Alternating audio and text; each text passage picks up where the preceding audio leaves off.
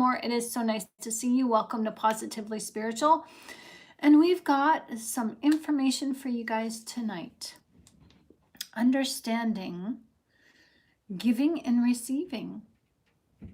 Now, this comes from watching a YouTube video on a guy who was a coach who was coaching through someone, and she was talking about how she wants to help people, but she wants help herself, and she feels stuck and she doesn't know what's going on. And it's like the coach was trying to help her through this, and she couldn't see how her own speech patterns, what she wanted, what she didn't want, what she wanted, was causing her stagnancy. So I want to talk about that tonight, because that's what happens with us. We become entangled in our own speech patterns. We become entangled with the things that we say, not realizing that we're saying them.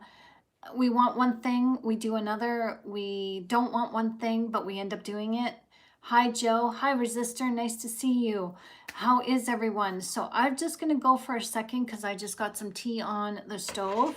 So it's warming up. And, you know, everyone says that they want help, but at the same time, they want to be the one helping everyone.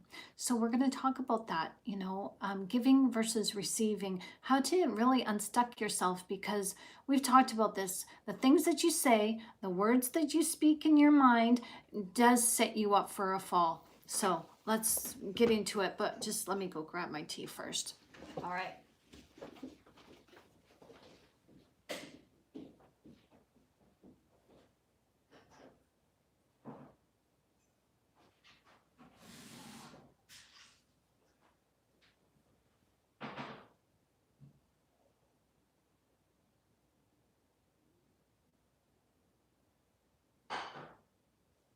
Ooh.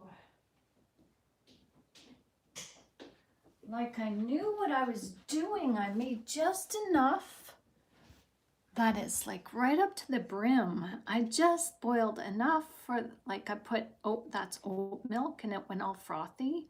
So I just made enough. Wow.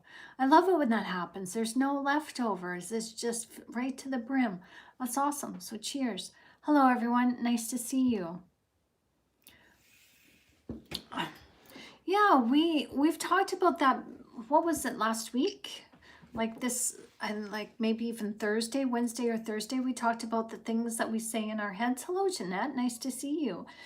Yeah, your brain listens to you. Your brain your voice is your brain's shepherd. So watch those words that you say. That's why we talked about doing this mirror work and saying nice things to yourself in the mirror. So tonight we are going to talk about, you know, there's a conflict within us where a lot of times we want help. We know we need help, but we don't know how to ask because it feels uncomfortable. And it's like, oh, if only I had somebody to help me. But then somebody's there to help us and we say, no, thank you. And it feels uncomfortable for us receiving, right? So this is where we get stuck. We get stuck in our own pathway. We get stuck in our own minds. We get stuck as then we're like, God, put me in a leadership role. God, I want to help other people. Well, you can't help if you're not willing to receive. Yeah. Hello. How you doing? Hi, Israel. Nice to see you. I think that's your name. Israel? Yes. Hi. Hi, everyone. Good to see you. Good to see you all. So we are going to take a look at this, because we got to unstuck ourselves. A lot of times we're in our own way. I know I've certainly been there. So the thing is, everybody says they want help. Yeah, we say we want help. But in saying that we want help, at the same time, we also say that we want to be the one helping everyone else. And that creates a hidden conflict that keeps us stuck. Hello, Dancing on the Sun. Nice to see you. So because receiving help requires vulnerability, helping others places you in a position of authority that sees other people's vulnerability. So do you see where I'm getting at? Hello, Scarlett. Nice to see you. So, you know, we don't want to be vulnerable, but yet we want to help other people in their times of vulnerability. We can't have it both ways. We can't, that's not how life works. And see, many people, maybe you can relate to this. I know certainly when we've been traumatized by narcissists, we are trying to stand in both positions at the same time of both giving and receiving. And we feel very uncomfortable in receiving, but we have no problem giving. Well, we expect other people to be vulnerable with us so that we can give to them, but then we don't allow ourselves to be vulnerable with other people so that we can receive from them. It's like, no, you're supposed to trust me, but I don't have to trust you. That doesn't work in life. It really doesn't. So,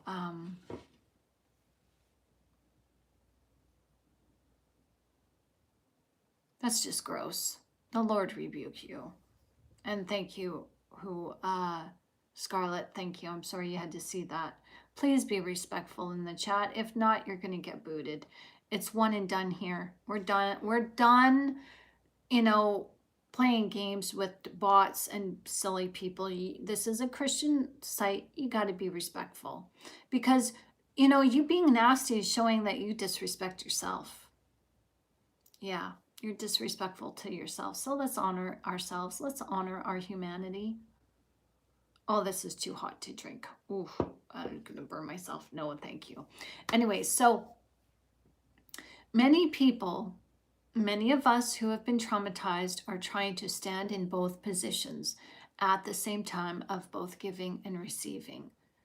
We want guidance, but they don't want to step down from the role of being guide. Okay, so many of us don't like to take criticism, but yet we give it. Many of us take on a leadership role, but we don't want to be led. So which is it? Because we can't have both. We can be one, or we can't be one without being the other. We can't be both at the same time. So many of us who have been traumatized, we've been hurt either through, you know, bad parents, you know, traumatizing childhoods, or we've had, you know, the unfortunate experience of meeting a narcissist and falling in love. So many of us unknowingly, many of us who have been hurt, we unknowingly try to stand in both, in two opposite positions at the same time. And that creates inner friction within ourselves. And it slows our internal growth. Many people have come to me to say, I need help. I want help. I want to help others. What's wrong with me? I can't seem to get unstuck. I want to help others, but then we start talking and it's like, I don't deserve help. I don't deserve this. I don't deserve that. No, I think bad about myself and I don't deserve this. And this is, in order to receive, you have to believe that you are deserving.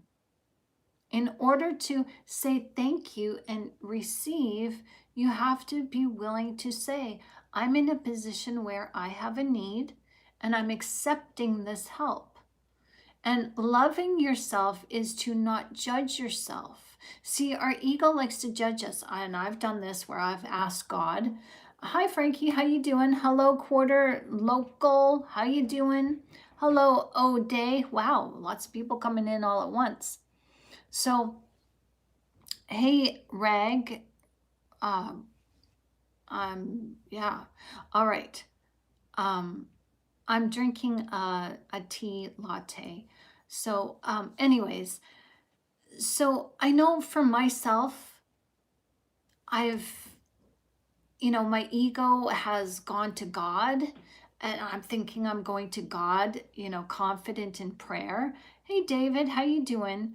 Um, and I didn't realize that I was taking my ego to God in prayer, and I'd be like asking God for something, but my ego would say, no, you're not deserving. No, no, don't, no, no, not, no, God's not going to give to you. No, no, no. And so I'd walk away from my prayer feeling like I know God has heard me, but I'm not deserving. I don't deserve this. And it felt really uncomfortable to ask, really uncomfortable. So many of us say we want help, we need help, we want to help others, but if there's a conflict in one of those, it's going to stop us from achieving the opposite or the other thing that we want. I gotta sneeze. Oh, excuse me. Don't need it, but it's there in case I do. I felt that right in my heart. Whew. That was like, whew. That was huge. Anyways, okay. So it sounds noble to want to help other people. But psychologically, there is often a hidden conflict of position in this. Because to receive help, a person must step into a position of humility and vulnerability. So, how can we want to help others and expect them to be in a position to receive our help and be vulnerable enough to receive our help, but yet we're not going to do that for anybody else? We're not going to put ourselves in a position of vulnerability and receive help? No. So, here's the conflict. On one hand, we're saying, it's okay, you can trust me. It's okay, you're safe. You can be vulnerable with me. It's okay. I will help you. But then when somebody else wants to step in and do that for us, which we do for other people, we're saying, no, I don't trust you. No, I can't get vulnerable with you. No, no, no, no, no, no. I'm not safe with you. I don't trust anybody. So how can we help others if we will not let other people help us? That's the issue. That's the paradox, if you will. So it at first sounds noble, but to receive help, a person must be able to step in a position of humility and vulnerability. And that's hard to do when one is trapped in a position of not trusting people due to trauma. So at some point, you're going to have to allow yourself to feel vulnerable and take a risk, because that's what life is. Life is a series of risk taking. And you've got to be able to trust yourself and look at the situation or somebody and say, what is this situation trying to show me? All right. So what is this person? God, having a relationship with this person, a rapport, a working relationship with this person, having some sort of interaction with this person. What is this helping me with? What is this teaching? What can this person teach me? How can this person teach me? What situation that I'm in with this person, how can that help me? And that's to take a look at yourself and see that, okay, maybe this person is exposing a vulnerability. Maybe this person is showing you a life lesson that you buried that happened 20 years ago. Don't know. But we have to, life will never not be a series of challenges. Life will never not be an expression of vulnerability. That's what life is. And we become vulnerable with people, and the people that we trust help us to gain strength, because people cannot hurt you if you do not allow yourself to be hurt. If you don't give your emotional power away to somebody, how can they hurt you, right? So thank you, Resistor. Yeah, it's a big sneeze. Big sneeze. Hi, James. One way help is a demon's best friend. Ooh, Satan smiles at those too nice. Ooh, full advantage taken. Ooh, I like that. Okay. Hi, XXR. I don't think about it that deep to even care, to be honest. Ooh, self-victimization. Yeah. If they're that difficult to care for, then it's too much already. Life is already difficult. Wolf in sheep's clothing. Right on. You guys are on it. You guys know this. Right on. All right. So to receive help, a person must step into a position of humility and vulnerability. It's just that simple. And again, that's hard to do when we've been traumatized. But to help others, a person steps into a position of strength, authority, and guidance. And that is also difficult to navigate due to trauma. Both positions are important in life. And it's not just that we are in one position for life, it's we're in both positions throughout life. So when someone tries to hold them these positions simultaneously without having any sort of awareness, it creates stagnation. Why? Why would that happen? Excuse me, because the ego resists the vulnerability, because the ego says, no, I can't be vulnerable. No way. No way.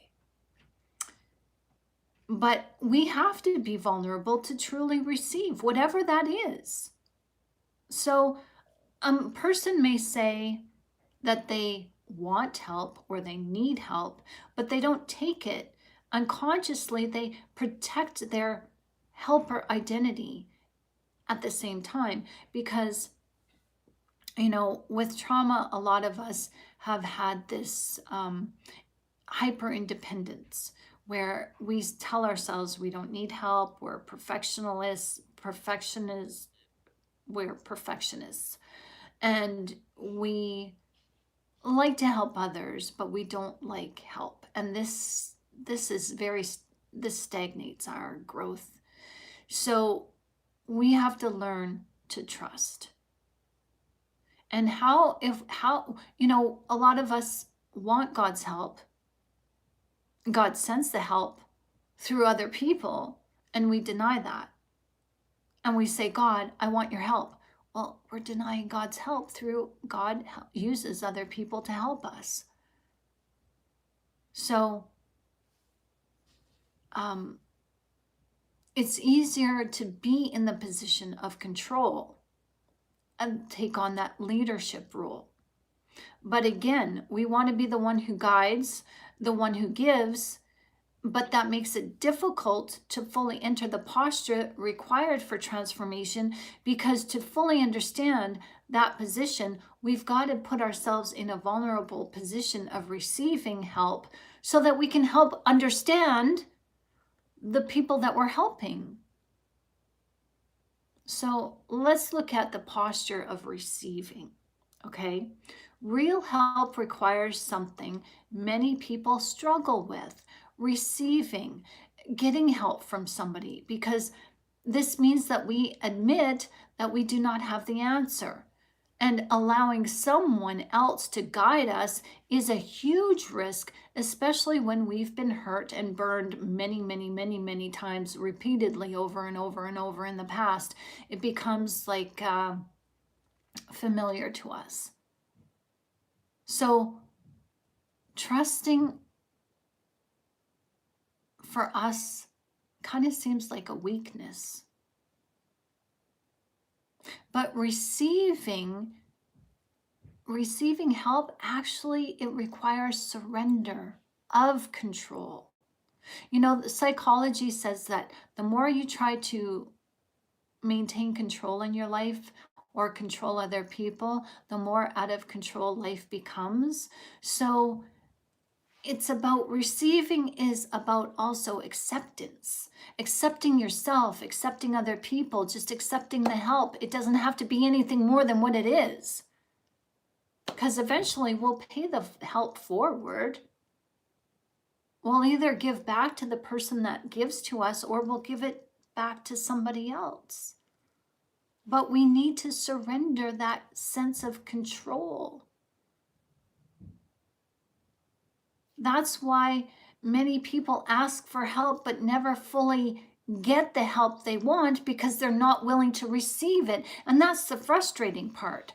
You can be there for somebody, but if they're not willing to receive your help, it's up to them. You can't lead a horse, you can lead a horse to water, but you can't make them drink. Yeah. So let's look at the role of leadership, because healthy leadership understands the posture of vulnerability. A true guide does not dominate vulnerability, but somebody who is in the position of leadership, they protect somebody's vulnerability. They understand it and they see it and they nurture it and they protect it. So good leadership creates an environment where people feel safe to say, I don't know, I'm struggling here, I need guidance. When that safety exists, people can finally step into the position required to grow. So that means that we can step in the position of being vulnerable and being safe to be vulnerable, and knowing that we're okay. Whatever, if somebody takes advantage of our vulnerability or not, we're always going to be okay. So that's what we try to do on this channel. Hi everyone, my name is Shanna Gilmore and I am a peer support mentor, and we're here twice a day, 1 o'clock in the afternoon, 10 o'clock in the evening, Eastern time, on these lives to help you work out and transition from narcissistic trauma or emotional trauma to find your freedom in divinity. So that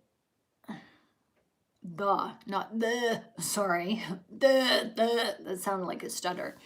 I do that sometimes, sorry. Just thinking out loud and I stopped in mid-sentence, sorry.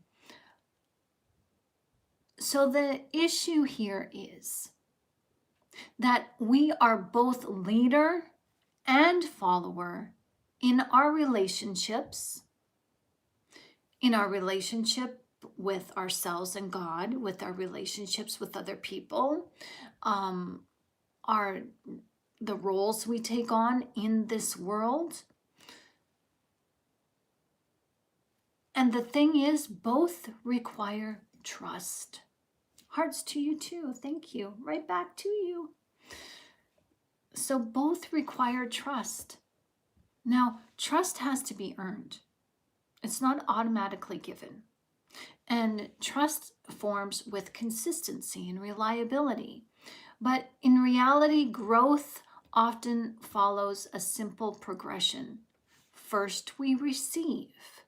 We learn, we listen, we become teachable. And then, number 2, we integrate. We process the wisdom and we build strength from that. We put that wisdom to use. And number 3, then we give. We give back. Sometimes we teach based on the wisdom that we gained through the knowledge that we received. We help others from a place of lived understanding. But trying to skip the first step of receiving and being vulnerable in that receiving, trying to skip that first step often creates frustration, because you can't pour from a cup that is still empty. You can't teach if there's nothing in you that can give. In order to give, you've got to first receive. There's no shame in needing help. The real strength is having the humility to receive it at first. It's not, this dynamic between men and women. Men don't want to feel vulnerable in front of a woman, and a woman doesn't want to feel vulnerable in front of a man. Both say, I can do it. Ugh, and instead of just saying, hey, look, I need some help, can you be there for me? Can you spare 10 minutes of your time? I really need to talk to you. Or I got, like, people don't want to be needy. And that's what relationships are about. Relationships are about feeling comforted and feeling vulnerable and needed and wanted and desired and loved and appreciated and trusted. And, like, so in life, we're almost always standing in one of two positions, either giving or receiving. And both are necessary and are healthy. But problems begin when the roles become misaligned with our actual needs. Sometimes people expect us to give when we are still in a season where we just need to receive. And we end up, putting expectations on each other, when we get into narcissistic relationships or one-sided relationships.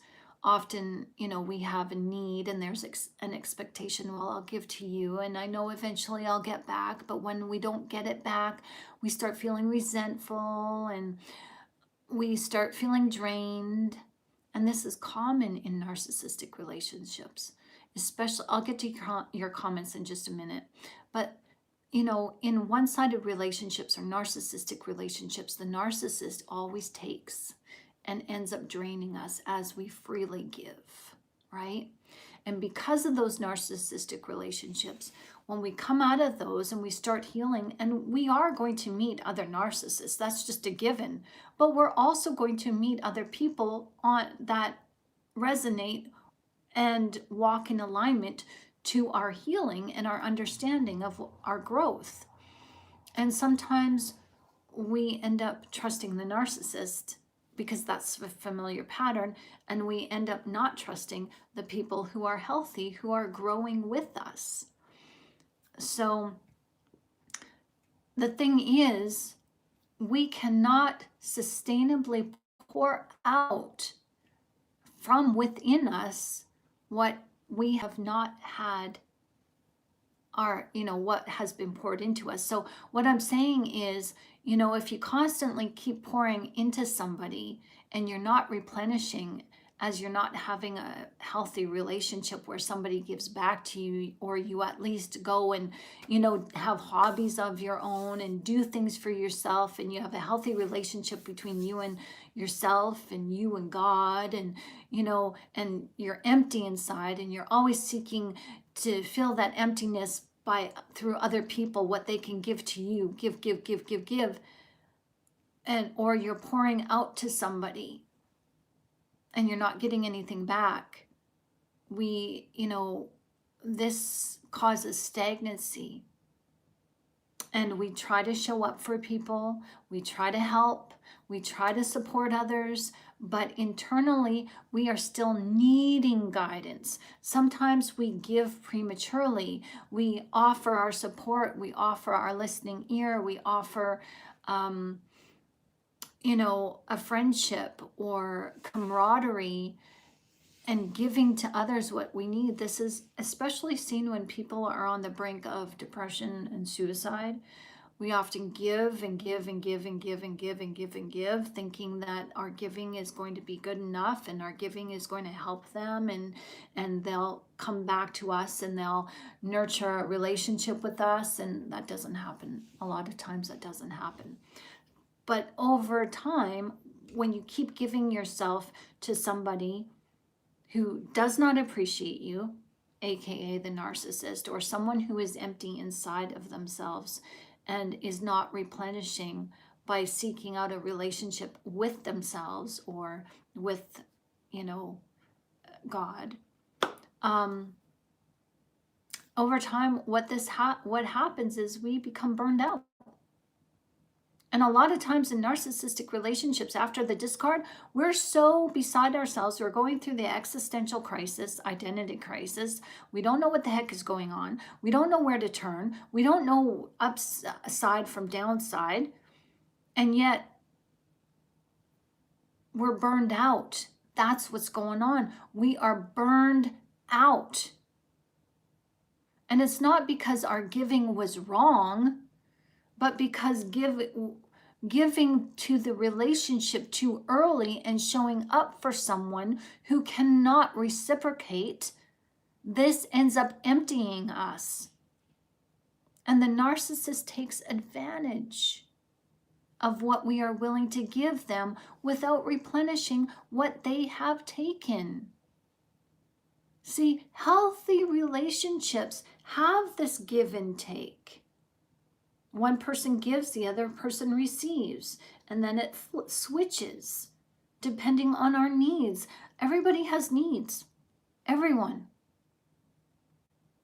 And that's why we get into a relationship with people, to, have our needs fulfilled and also to fulfill somebody else's needs. We show up. It's not just about somebody showing up for us and filling this void. It's about, hey, what can I contribute? How can I make this person's life better? How can, this person in my life makes me stronger. I want to do that for them. How can I help them become a stronger person?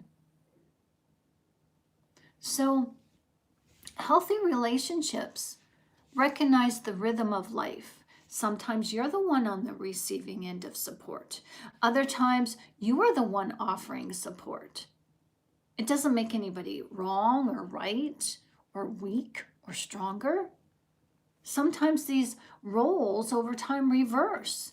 But when someone is consistently required to give and give and give and give while their own needs are ignored, the relationship becomes unbalanced. And burnout often isn't caused by helping too much.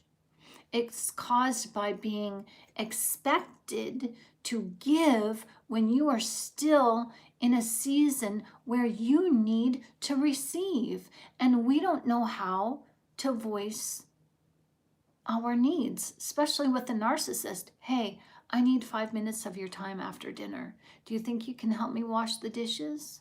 I need to talk to you. Can we have some time together washing the dishes? I don't see very much of you anymore. Do you think we can spend an hour, tonight or tomorrow? Can we spend an hour, playing a card game or just sitting and talking and cuddling? I really miss the closeness. I just want to feel connected to you. I'm missing that. Or, hey, do you think that I can get a ride to work tomorrow? My car's in the shop. We have a hard time expressing our needs with the narcissist because we all know that it's going to cause a problem, isn't it? So when we are caught in between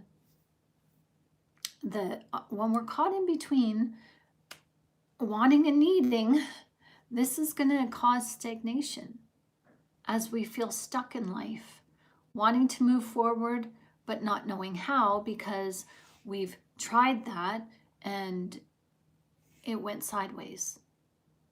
But in life, you're going to have to learn how to trust your own judgment. You're going to have to learn to trust yourself before you can learn to trust others. So start giving to yourself. Start knowing what your own needs are. Start knowing what your love language is. A love language of give and take, receiving and giving. So understand what you need, what you receive, what is it that gets your motor running, so to speak. Like, what really does it for you in the way of, how do you like to receive? Do you like to receive compliments? What is it that you need in your life? How do you receive? Do you like receiving gifts, or do you like quiet time? Do you like it when someone gives you space? Do you like it when you go for walks by yourself or with other people away from the city, but like, do you like to take drives in the country? Do you like to go walking in the park? Like, what is it? How do you give to make life better for someone else or for other people on a whole? And how can you share that with somebody? You know, life is about relationships and exploring firsts together, or exploring each other's um, likes and dislikes together. Like I said, relationships enhance you. They're not to make you feel worse about yourself. They're here to enhance yourself. But in order to have a full relationship that you can be okay with, because people are going to fail us. That's just the reality of it. Nobody's perfect. And people are going to disappoint us. But the thing is, you really want somebody to show up for you? Show up for yourself. You want somebody to give to you? Give to yourself. You want to be able to give to other people? Then give to yourself. You want somebody to be vulnerable with? Be vulnerable with yourself. It's about trusting yourself so that you can trust others. So let's give our being stuck in a rut, this position of wanting and needing, not knowing where to go because we're not sure who to trust and what. Again, this world is full of narcissists. You can no longer be scared of them. We've learned enough on this channel. You guys have been here. Welcome, newcomers. We've got tons of videos on this channel, but we have been doing these lives for 2.5 years now, twice a day, that, you know, we've learned enough to know who the narcissist is. We don't need to be shy. We don't need to be intimidated. We love ourselves, so we can say no. We can put up those healthy boundaries. And so let's now just give our stuck in a rut position a name, because it's called compassion fatigue. And it isn't just being tired from helping others. It's a deep emotional and spiritual exhaustion that happens when someone is repeatedly required to give care, empathy, or support before their own needs have been met. Okay, so have you ever been in a relationship with somebody, a friend, co-worker, a narcissist, where you always ask them how they are and you genuinely care how they're doing? And if they say, oh, I had a rough day, you're giving yourself to them. You're trying to talk them through things. You're trying to help them have a better day. You're trying to get them to see the silver lining in life. But when it comes to you, they don't ask how you're doing. And if they do, you start telling them, let me tell you about me. I got to tell you about something that happened. You never get to share, and you never feel supported, right? Yeah. So think of compassion fatigue in this way. In times when, just think of maybe you walking in a desert. And if you're walking in a desert, you have limited supply of water and you're down to your last bottle and there's just a little bit of water left and you're saving it for when you really need it. But your partner or the person you're walking with has used up all their water and they're like, oh, I'm so thirsty. So you are already thirsty, but you end up giving some of your ration to someone else, to that other person. And you're not taking what is rightfully yours to take, but instead you give someone else your ration who has no water supply of their own to give back to you or to sustain themselves. So what ends up happening is you constantly do this. Over time, you believe you are not deserving and other people deserve more than you. And what happens? You're the one that becomes dehydrated and parched while they're like, oh, sucks to be you. You didn't have to give me your ration. But they gladly took it. And that's part of the reason why we don't want to receive, because we don't want to seem like we are taking advantage of somebody. So we'd rather give than to receive because it feels uncomfortable, because we know how people took advantage of us. Stop comparing yourself to evil people. You're not evil. Okay? So, yeah. I hope that you read about Islam, sister. Yeah, Islam is not very good. I just watched part of a video on Mecca today on YouTube. It had such a negative, like it was just so disturbing and just had that yucky feeling about it. I just, ugh. So anyways, yeah. But anyways, I digress. I just saw somebody's comment. I will get to your comments in just a bit. So over time, when you're constantly giving somebody your rations and what you need, and they're not giving you back, exactly, low vibe, exactly, you know, you're not giving, or you're not getting anything in return. Now, I know God says give and don't expect anything in return.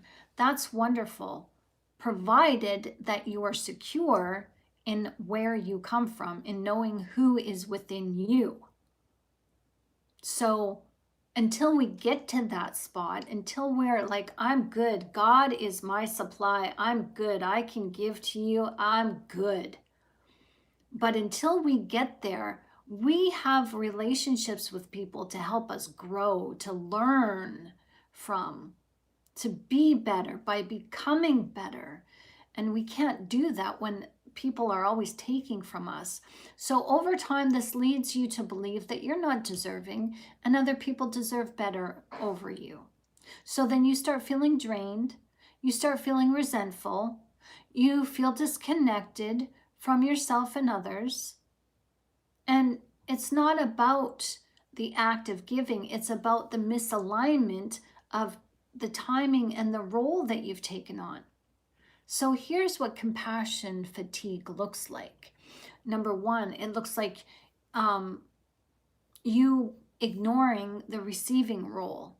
Many people who have been traumatized or who have been in narcissistic relationships, they skip or minimize their own need to receive. What is it that you need? Do you know? Be decisive. I need this from you. Shannon, I just need you to listen. I don't need a commentary. I know you might know something about this, but I'm not asking for clarification right now, Shannon. I'm just needing you to listen. Okay, I can do that. Sure. So, or sometimes it might be, you know what, Mom? I don't need guidance on what college to take. I just need your support. If I choose a college that you don't want me to go in, I'm thinking of my future here. I'm thinking of what is best for me. Can you support me on this, Mom? So, sometimes we are taught that it's selfish for asking for support or help, or taking even what is rightfully ours. We believe that we must always be strong, and sometimes, it shows weakness to be vulnerable and say, Dad, I need help on my car payments. Or, honey, I really need you to help me with the kids today. I am just so worn out. I know you've worked a 12-hour shift, but I really need support from you right now. Can you help me? Just give me an hour. Can you just take the kids for an hour, please? But sometimes we just don't want to feel vulnerable like that because we don't want to be judged. We don't want to put the other person out, and we're thinking about their needs and not our own. And we believe that we must always be the strong one. Well, you know what? In relationships, men and women love it when their significant other leans on them for support. It shows that we're needed. We're wanted. So even in friendships, so Number two, compassion fatigue can look like being exploited by imbalanced relationships. Compassion fatigue is amplified when others expect constant giving. Well, you always gave me this. You always gave me a massage after work. My shoulders are so sore. Why are you stopping now? You've always paid for my music lessons. Why are you stopping now? Compassion fatigue is amplified when others expect the constant giving. Narcissistic or toxic personalities rarely offer support in return. Hey, you did this for me. You paid my tuition. Let me pay it back. Or, like you helped me with this, like you helped mow my lawn. Let me go and, buy you your bedding out flowers or whatever it is. Like, let me help you in your garden. But narcissists don't do that. They just, if you offer help, they will take it, and then they'll start expecting it all the time. And even well-meaning people can unintentionally drain you if they don't recognize your need to receive. So that's where we've got to speak up. Like, hey, I gave you an hour of my time yesterday, and we talked about you, and I'm really struggling with some personal things here, and I really need an ear. Are you available to talk to me? Like, you don't even have to say that, I gave you an hour yesterday, so please give it to me. Just reach out, and don't expect a person to say no. Just, you know what, I'm really dealing with something right now, and I really would like to talk with you if you've got time. Sure, I got time. Let's do this. What's good? Can I have a half an hour of your time right now? Maybe I can. Now's not a good time, but are you available in an hour? Sure. Okay, let's do it. Like, it's give and take. So number three, with compassion fatigue, there is a hidden spiritual and emotional drain. Every act of giving takes energy. Energy is always exchanged.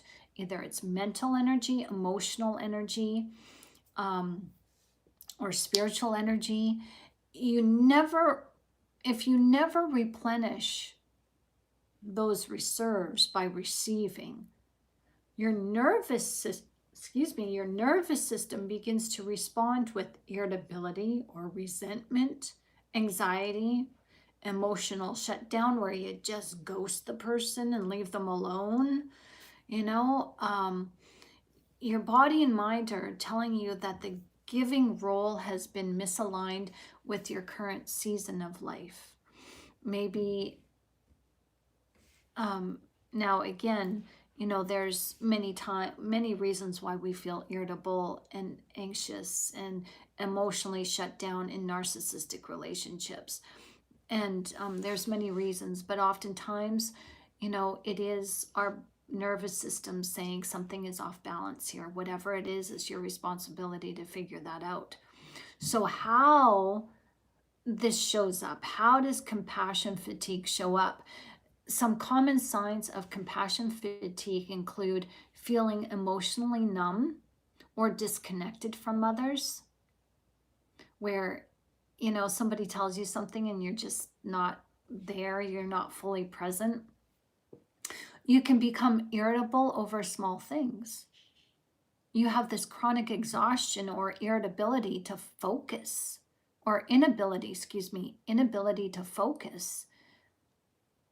You're feeling like you're giving endlessly but getting nothing back. And you're questioning your own worth and your purpose in the relationship. Do I matter to this person? Are they taking advantage? Am I being disrespected here? What part of this can I own? Maybe I should have spoken up a little bit sooner, or maybe I need to voice my needs in this relationship. So notice the pattern, because all of this happens because many of us are trying to operate in a giving role before fully receiving what we actually need. So what's the fix for this? Well, number one, recognize your role. Ask yourself, am I in a season of receiving or giving right now? Stop forcing yourself to operate out of alignment. Communicate with your partner. Even if it's a narcissist, communicate. What is it that you need? I'm not sure I can give that to you. Be honest. Be honest with yourself. Set boundaries. Saying no is not selfish. It is necessary to protect your ability to give in the future. And receive support intentionally. Seek mentors, guides, spiritual counsel. Allow friends or your family or your peers to help you. Rest, recharge, and rebuild your emotional, spiritual reserves. Take time out for you. Take some alone time. Take a sabbatical. Take some me time. And always cycle back to giving. Once your needs are met, giving becomes joyful, sustainable, and impactful. It adds to your life. It doesn't hinder. So compassion fatigue isn't about giving too much. It's about giving before you are ready to receive. And the most powerful helpers first learn how to be helped. So I just want to say in closing that remember Jesus became a servant. We read in scripture how Jesus, was that last night, how Jesus washed the feet of his disciples. He became a servant to us so that he could lead and guide us, so that we could become a servant to others, so that we could help lead and guide them as well. So to truly step into a leadership role, we must first experience the opposite role. Serving is not weaker. Asking or being needy is not wrong. It's not weakness. And leading is not a stronger role. Both are essential. So when we embrace both, we gain strength, clarity, and understanding, not only of our own needs, but also of the needs of others. It's important to be in tune to our needs so that we can be in tune to other people's needs. It's not always about me, I. It's about, okay, what do you need? How can I help? Did I help you? Ask yourself, did I help that other person? And do I need anything from them? It's our responsibility to ask. Both roles teach us humility and cultivate love. So this is a necessary thing for us in our human relationships. You want love, you've got to be willing to give it. But in order to give it, you've got to receive it. And in order to receive it, we got to get vulnerable. So both roles, giving and receiving, teach us that each role has its own vulnerabilities attached. And each teach us humility and cultivate love for ourselves, for each other, and for God ultimately. So learn how to give and how to receive, and you will know what someone else's needs are as well as your own. So if you guys want guidance on stepping fully into your calling, whether in giving or receiving, I'm available for one-on-one consultations and mentoring.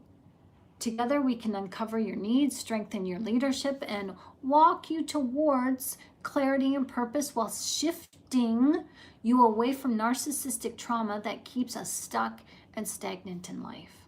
So the links are in the chat or in the description of this video, as you can also find me at shannongilmore@protonmail.com. So thank you for watching. I'm going to check out the chat now. Thank you, everyone. I hope this has given you some clarity because, like I said, I was watching a YouTube video today on, you know, a coach who was coaching a woman who said, I want help, but I want to give.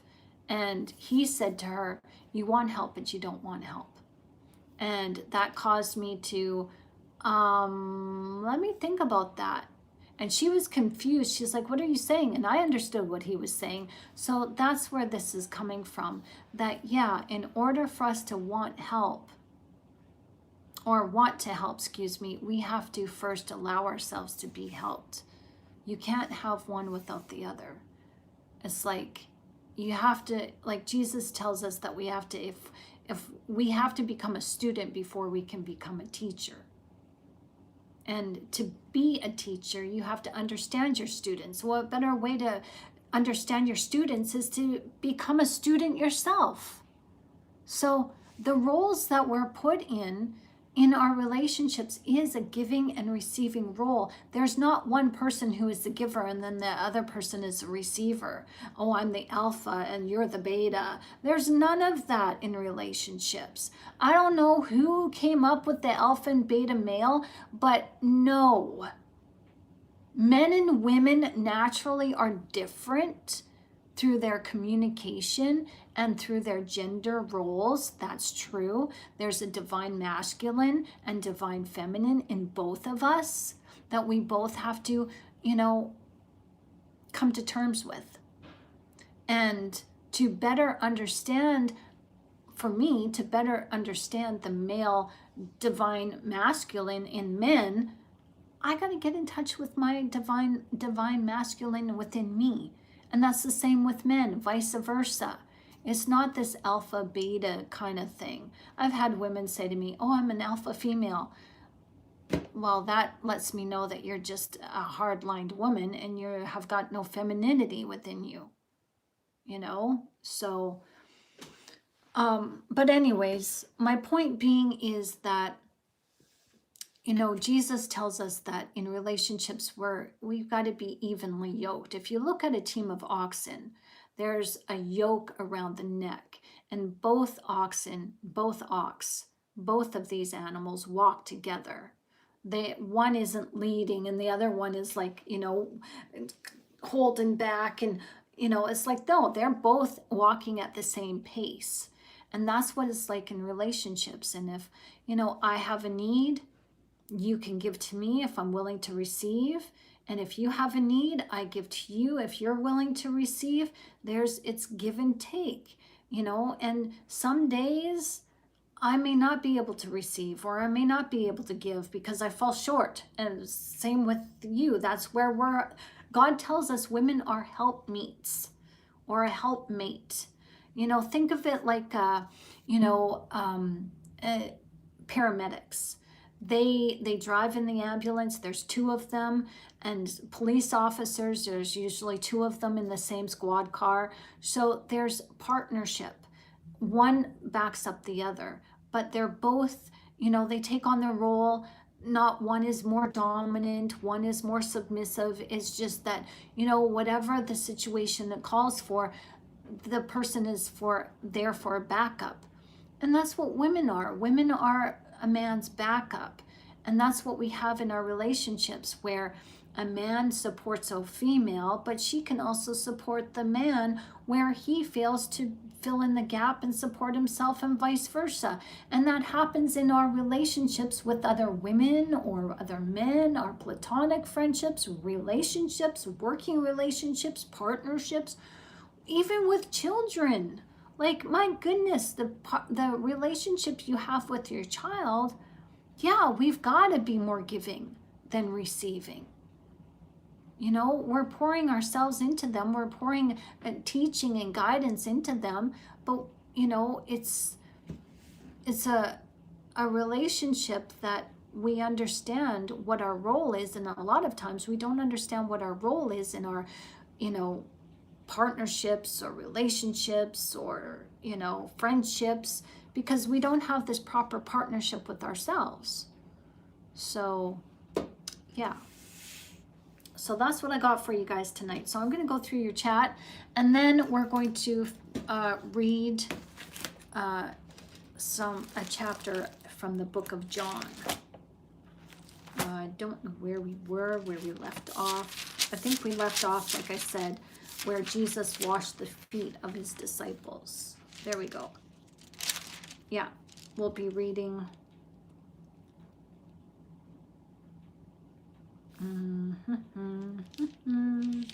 Okay, we'll be reading John chapter 15. So, ow, I hurt my elbow today. It's still owie. Oh, so I can't lean on it. It just kind of feels bruised. I really whacked it. Ooh. All right, so I gotta go back to the beginning, guys. So I'm sure you guys were talking amongst yourselves, but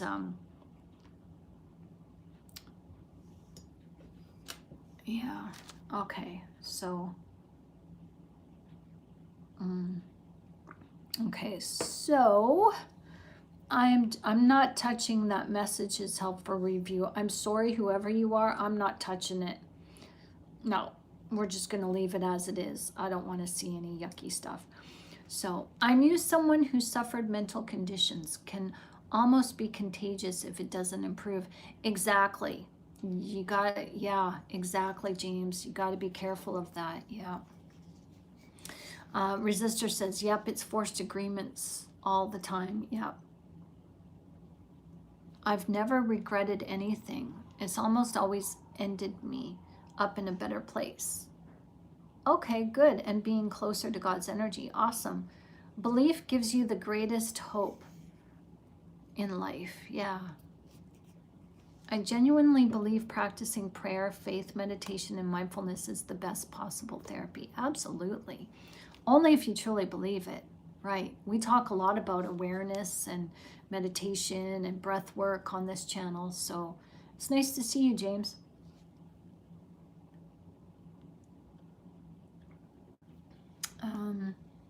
Narcs change and confuse your brain chemistry. Yep. Yep. Thankfully, narcs never reach any of their intended goals. Hello, Webb. Yep, I'm a teacher.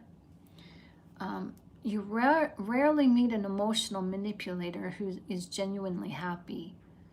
Right on. Right. They're never happy. Joe says it always makes an argument with the narc. It sure does, doesn't it? You try to, get your needs met, it makes an argument. Joe says, I must be an emotional manipulator. I don't mean to be that way, so I should just rely on myself and not show emotions. No. Yeah, no. Burdening others will only result in burdening yourself.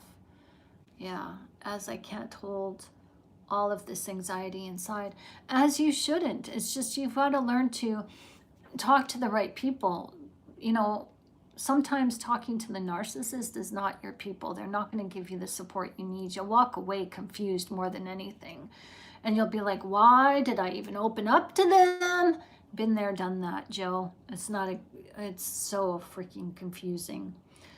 So should I put myself first above all? It's going to be a lonely life. That's what's left of it. Oh, yeah. You do have to think of yourself. Yep. Yep, because you are special and you deserve to think. You guys all deserve to think about yourself. It's not being selfish. If you have a need, go fulfill that need. Just make sure you don't hurt anybody in the process of it. But if you need to, see, the thing is, okay, if you need a job, you're going to go and fill out an application for a specific job, right? We could easily say, oh no, I'm not going to do that because that's going to ruin the chances of other people getting that job. But you deserve that job too. So are you not putting yourself first when you go and apply for that job and hope that you get it? Think that when you have, you put the thoughts out there that, oh, I'm perfect for this job. Are you ever saying, oh no, I shouldn't do that. Even though I'm perfect for this job, I'm taking the money from other people. I'm contributing to their lack of money in this world. Oh, I should, no, no, there's a time to put ourselves first.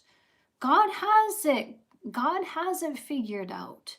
So don't worry. You know, just God has you in his hands. God has other people in his hands. Maybe maybe it just so happens that you were meant to get that job, that job was for you, but it wasn't for somebody else. So,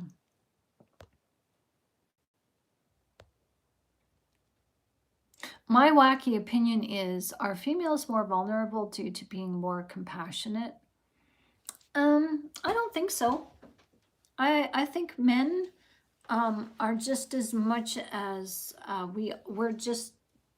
we're both, you know, men and women are vulnerable equally. It's just we express it differently, you know.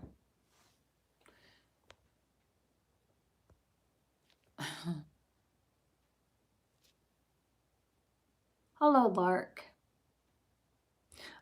Jill says, I think I need to keep the empathy I feel for others to myself. I won't be vulnerable that way. Mm. Well, if you're giving empathy to a narcissist and they don't need it, yeah. What is kombucha? Kombucha is really good. It's fermented tea. I reluctantly cherish money because so many aspects of life depend on it. Exactly. Me too. But we need it. God understands. So we don't have a love for it. We just need it. So, all right. So, Resistor says they get to a point they start copying everything you do. True. Oh, yeah.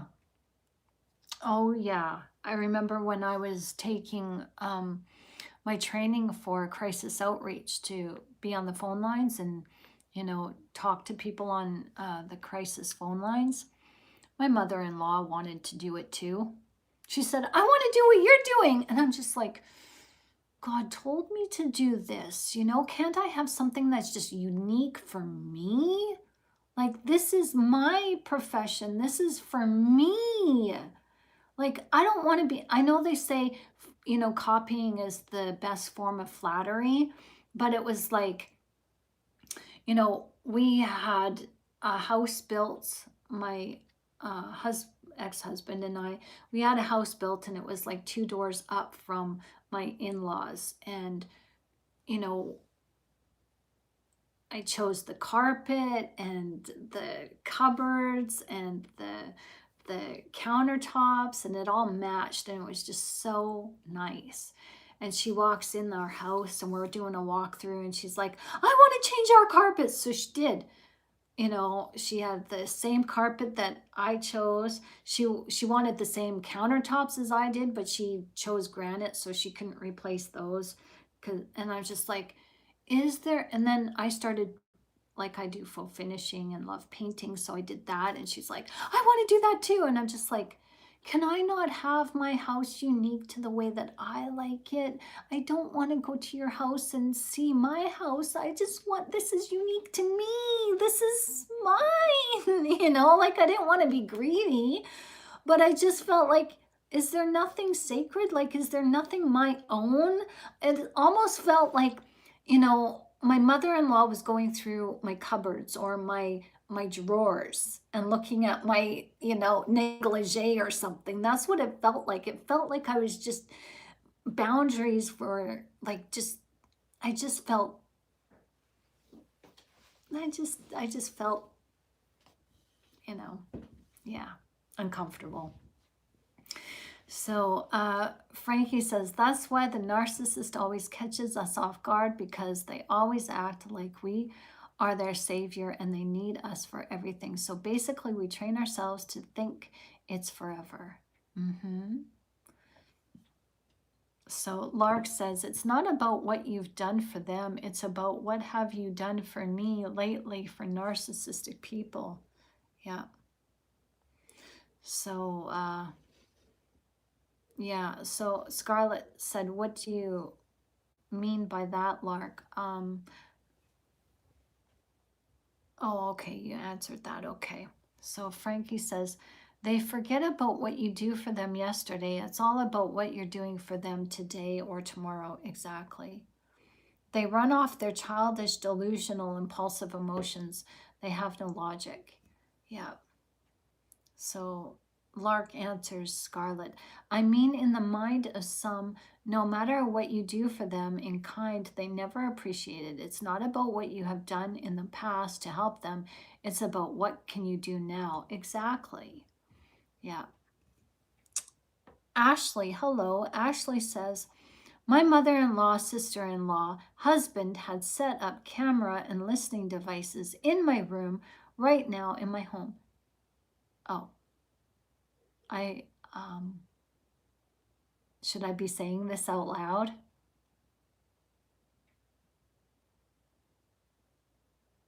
Okay, good. Trace it, record it, yeah. Joe says, I stopped asking for what I needed and won't give unless I want to. Good for you. Yeah. They lose it pretty quick without supply.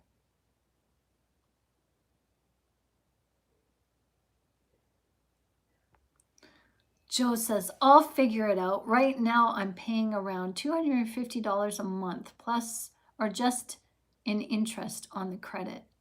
It's not my fault I'm in this debt. I had to do that to provide for my needs. Yeah, and you know what? That's what we do. And you know what? God will take care of it. God knows. God knows what's going on, Joe. God totally knows. He's with you. Hey, Emery. All right. I don't want or ask for help. I prefer it that way. Right on. Jamo? Am I saying that right? Jamo? Jamo. I don't know. I'm sorry. All right. Resistor says, I made biscuits in my air fryer tonight for the first time, and they have no bottom all top. Pretty cool. No bottoms all top. Oh, cool. Are air fryers healthy? I heard they're not.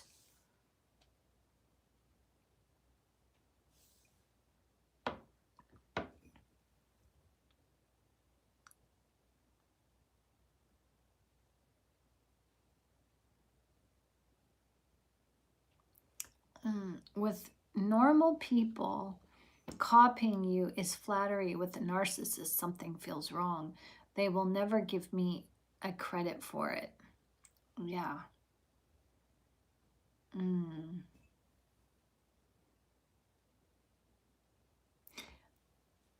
Yes, resistor. Most people are entitled, so it's their house. Yeah. Mm-hmm. Mm-hmm. And if they can't be, what was that? If they can't, oh, okay. And if they can't be, they want to leave. Exactly. Right on. Air fryers are probably fine. Oh, it's just a convection oven. Yeah, I heard that there's some chemical it produces because the air fryers are made of plastic or something. So I think there's glass. There used to be glass air fryers. I don't know if you can get them anymore. But yeah, I'll look that up. I'll look that up. Because air fryers look really good, but I wouldn't buy one. It just reminds me like a microwave. I don't use a microwave either, so. But yeah. So we're caught up in the chat. Thanks everyone for joining us tonight. I appreciate this. This is good. Oh, yours is stainless steel. There we go. So that's good. That's a good one. Awesome. So we are going to now say goodnight, but before we do, we're going to read scriptures. So would you guys join me in reading John chapter 15, and I'll read, and you guys can read along with your Bibles, and we'll see what Jesus has to say. Chapter 15, I am the vine, or I am the true vine, and my Father is the gardener. He cuts off every branch in me that bears no fruit, while every branch that does bear fruit, he prunes so that it will be even more fruitful. You are already clean because of the word I have spoken to you. Remain in me and I will remain in you. No branch can bear fruit by itself. It must remain on the vine. Neither can you bear fruit unless you remain in me. I am the vine, you are the branches. If a man remains in me and I in him, he will bear much fruit. Apart from me, you can do nothing. If anyone does not remain in me, he is like a branch that is thrown away and withers. Such branches are picked up, thrown into the fire, and burned. If you remain in me and my words remain in you, ask whatever you wish and it will be given to you. This is to my Father's glory, that you bear much fruit, showing yourself to be my disciples. As the Father has loved me, so I have loved you. Now remain in my love. Love the Lord your God with all your heart, with all your soul, with all your strength, or with all your mind, with all your strength. And the second is like it. Love your neighbor as yourself. If you obey my commands, you will remain in my love. There we go. People have asked, how do I remain in Jesus? If you obey my commands, you will remain in my love.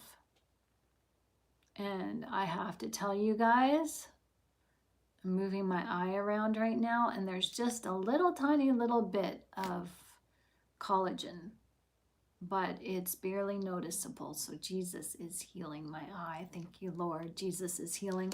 And Jesus healed Sophia, I'm sure, tonight or today. We prayed for her healing. So remain in me and my word remains in you. Ask whatever you wish and it will be given to you. So we talked about Hezekiah today. Did you guys get that memo? Did you guys watch that video? Hezekiah was told he was going to die and he cried to the Lord, and God heard his cry and added 15 more years to his life. Now, God does say if we follow his precepts, he promises to give us long life and health. So what happened to Hezekiah? He was dying. He had a boil on him that was probably going septic. And, it was healed. And God added 15 years to his life. So it wasn't 15 years in suffering. He was healed. He was healthy. 15 years were added onto his life. So if you want healing, remain in God. As Hezekiah's son, we read this afternoon that he did evil in the sight of God, but it was when he was hooked by the nose and taken into Babylonian captivity. He asked God, he cried out to God, and God released him, and he went back to Jerusalem, and he did what he should have done at the beginning of his kingdom. He took down all the high places, he turned his heart over to God, and he remained in God. So God knows the motive of your heart. And if the motive of your heart is to be remaining in him, follow his law. We know what it is. Galatians chapter 5 and chapter 6, get rid of sexual immorality or sexual debauchery, factions, divisions, gossip, witchcraft, sorcery. Have self-control. And self-control is on anything. Self-control over your tongue, self-control over your thoughts, self-control over your feelings, self-control over, your desires of your heart, your wants, your needs. Have self-control. So, as the Father has loved me, so have I loved you. Now remain in my love. If you obey my commands, you will remain in my love, just as I have obeyed my Father's commands and remained in his love. I have told you this so that my joy may be in you and that your joy may be complete. My command is this: love each other as I have loved you. Greater love has no one than this, that he lay down his life for his friends. You are my friends if you do what I command. I no longer call you servants. This is what we were talking about. We got to learn to serve before we can lead. I no longer call you servants, because a servant does not know his master's business, but we become servants to learn our master's business. Instead, I have called you friends, for everything that I learned from my Father I have made known to you. You do not choose me. You did not choose me, but I chose you and appointed you to go and bear fruit, fruit that will last. Then the Father will give you whatever you ask in my name. This is my command: love each other. If that's hard for you, 1 Corinthians chapter 13, verses 4 through 8. I'm just writing this down. Chapter 13, verses 4 through 8. Love is patient, love is kind, it is not rude, it does not boast. If the world hates you, keep in mind that it hated me, first. I'm underlining that it hated me first. If you belong to the world, it would love you as its own. As it is, you do not belong to the world, but I have chosen you out of the world. Hold that as high honor, people. I'll say this again, but I have chosen you out of the world. That is why the world hates you. The world hates you because you were chosen. Ah, isn't that lovely? Remember the words I spoke to you. No servant is greater than his master. If they persecuted me, they will persecute you also. If they obeyed my teaching, they will obey yours also. They will treat you this way because of my name, for they did not know the one who sent me. If I had not come and spoken to them, they would not be guilty of sin. Now, however, they have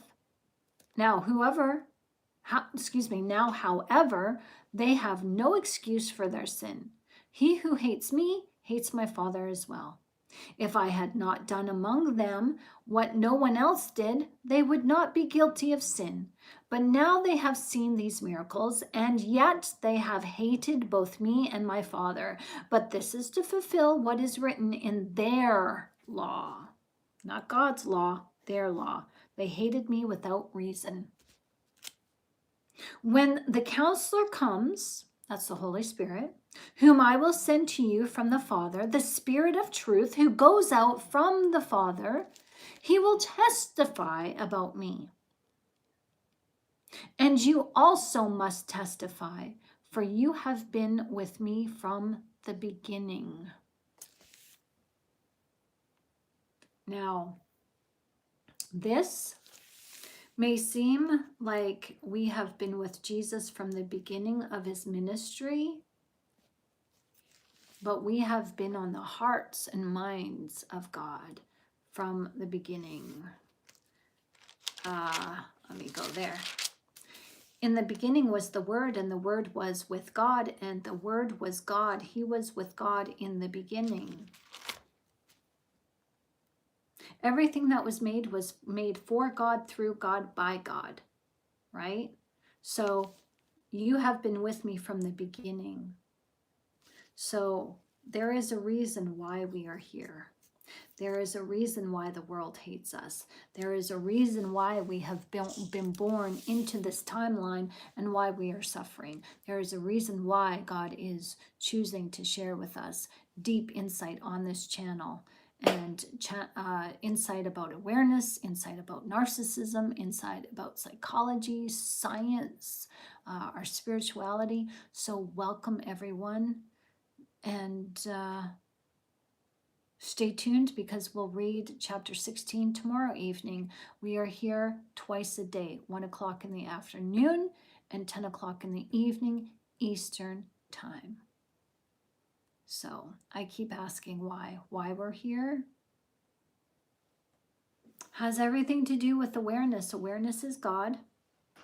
And when you think of what awareness is I am. God said to Moses, I am. And we've done a video on this a while ago. Maybe we should do another one where I had you guys just close your eyes and envision yourself up in space before the world was created. Close your eyes and just envision yourself in a spiritual form without body. And you're just floating around in space and it's darkness. So our eyes, our ears, our voice, our nose, our throat, our voice box, everything what the body has is to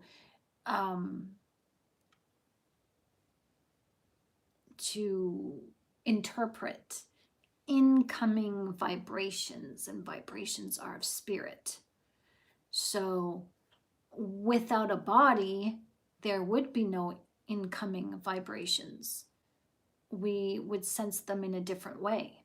You can still hear, you can still see, you can still smell and taste in the spirit, but you know, there's a saying, you know, does a tree fall in the forest if nobody is around? Does it make a sound? If nobody is around to hear it, does it make a sound? And the answer is no. It doesn't make a sound. Because sound is based on incoming interpretations. Sound isn't outside here. Sound is interpreted in our brains. Our eardrums take the sound and transport it to our brains. So, so again, just think of yourself up in space with your eyes closed. You're in spiritual form. There's nothing in space that shows contrast. There's no physical things in space to, you know, that you could sit on so that you know you have form. You're just free floating in space. And all you have is this awareness that you are what? You don't know, because you're in darkness. You can't see yourself, but you're aware of yourself. You know that you're real, you're present, but what is realness? What is that? So if you had limited vocabulary and you had no experience, so what could you say that you are? All you could say is, I am. That's it. I am. And the world was created to give I am experience on the knowledge that I am already had.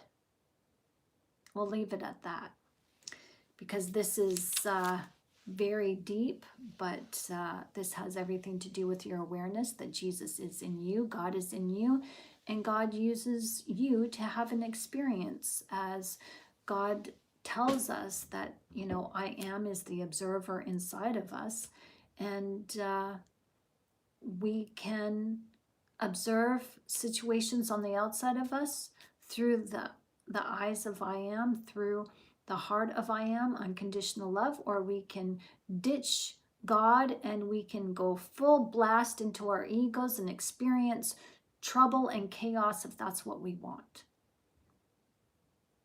But whatever we experience, we do take to God. God observes it. That's why God says he sees all, knows all. He knows what we're doing. He knows what we need before we even ask. So, yeah, there is a reason. God is experiencing himself through us. So, yeah, free will without Jesus destroys itself. Right on. Yeah. We were made to worship Jesus. Amen.